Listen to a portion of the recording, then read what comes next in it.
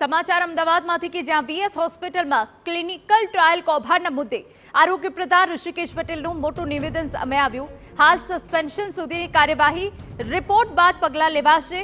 5 વર્ષમાં આવા અનેક ટેસ્ટ થયા તેની પણ તપાસ થશે. 8 ડોક્ટર્સે સસ્પેન્ડ કરાયા હોવાની વાત ઋષિકેશ પટેલ અહીંયા કરી રહ્યા છે.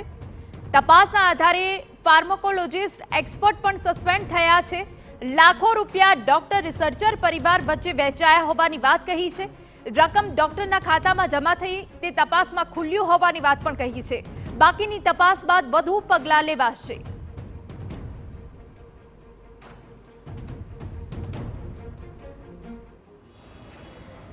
રકમ એ કદાચ ડોક્ટરોમાં વેચાય અને બાકીની કાં તો 50% એ ડોક્ટરો જ નક્કી કરતા હોય, પરંતુ એ પ્રકારની કોઈ પ્રક્રિયા થયા વગર જે પણ કોઈ આવક થઈ છે કંપનીઓ તરફથી એ તમામ ડોક્ટરોએ પોતે પોતાના ખાતામાં જમા કરાવી છે.